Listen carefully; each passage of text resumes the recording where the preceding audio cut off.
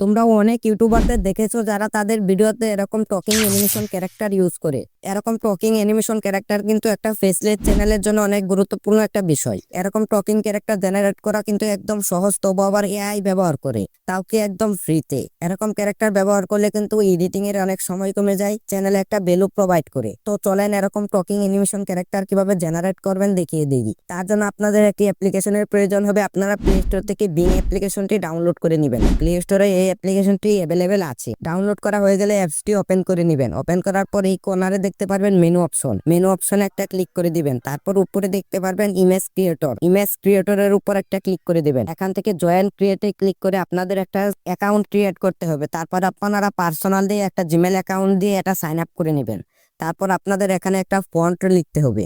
আপনারা কিরকম ফটো চাচ্ছেন সেটাই কিন্তু এখানে লিখতে হবে। আপনারা যেটাই লিখবেন এআই কিন্তু সেরকমই একটা ফটো জেনারেট করে দিবে। আর আপনারা যদি লিখতে না পারেন তো আমি আছি, আমি আপনাদের জন্য লিখে দিচ্ছি। আমি আমার ডেসক্রিপশন বক্সে দুইটা ভিন্ন ভিন্ন ফন্ট লিখে দিয়েছি, সেখান থেকে আপনারা কপি করে এনে বসিয়ে দেবেন। আমি আমারটা এখানে লিখে দিচ্ছি। তারপর কয়েক সেকেন্ডের মধ্যে কিন্তু এআই আপনাদের 4টা ফটো জেনারেট করে দিবে। তারপর আপনাদের যেটা পছন্দ সেটার উপর একটা ক্লিক করে দিবেন। ক্লিক করে দেওয়ার পর দেখবেন এটা কিন্তু ইউটিউব সাইজে নয়।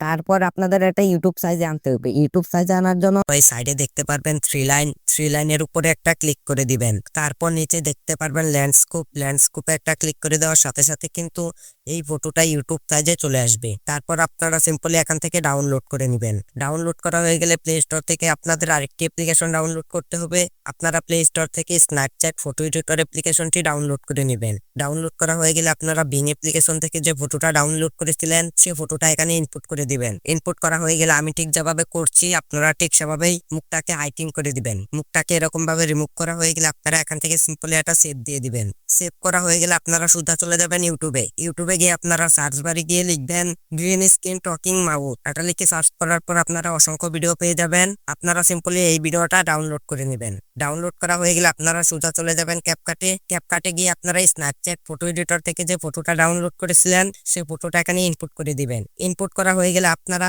ওভারলেতে একটা ক্লিক করে দিবেন। ওভারলেতে ক্লিক করার পর আপনাদের গ্যালারিতে যে কয়টা ভিডিও আছে সব কয়টা ভিডিও কিন্তু এখানে শো করবে। আপনারা ইউটিউব থেকে মাত্র যে ভিডিওটা ডাউনলোড করেছিলেন সেই ভিডিওটা এখানে ইনপুট করে দিবেন। ইনপুট করার পর আপনারা গ্রিন স্ক্রিনটাকে এরকম ভাবে রিমুভ করে দিবেন। রিমুভ করা হয়ে গেলে আপনারা মুখের সাথে এটা কাস্টমাইজ করে নেবেন। কাস্টমাইজ করা হয়ে গেলে আপনারা উপরে দেখতে পারবেন এক্সপোর্ট অপশনে ক্লিক করার সাথে সাথে কিন্তু এই ভিডিওটা ডাউনলোড হতে থাকবে।